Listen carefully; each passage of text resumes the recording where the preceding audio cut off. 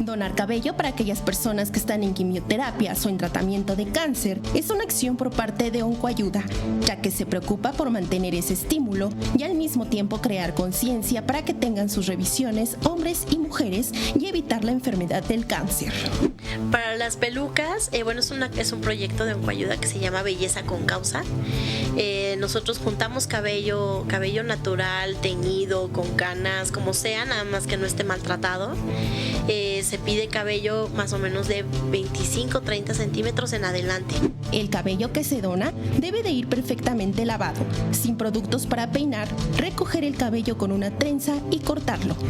Se coloca en una bolsa plástica hermética bien sellada y totalmente seco antes de enviarlo o entregarlo, además de una donación de 200 pesos para elaborar la peluca en una fábrica. Las hacen con unas máquinas de coser especiales y otra parte de la peluca se hace a mano, casi cabello por cabello van tejiendo la peluca y la verdad es que quedan muy bien. Los gorritos son importados de Japón. Y la verdad es que queda suavecito, le dan tratamiento, lo lavan, lo desinfectan.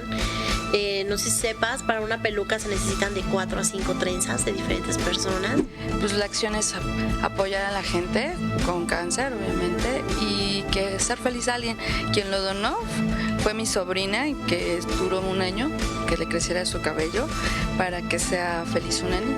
Cada mes se realiza esta colecta y cada entrega hace feliz a mujeres, hombres y niños que reciben una peluca en los hospitales y los impulsan a un día más de esperanza de vida. Con imágenes de Sergio Villanueva, María José Valencia, 21 Noticias.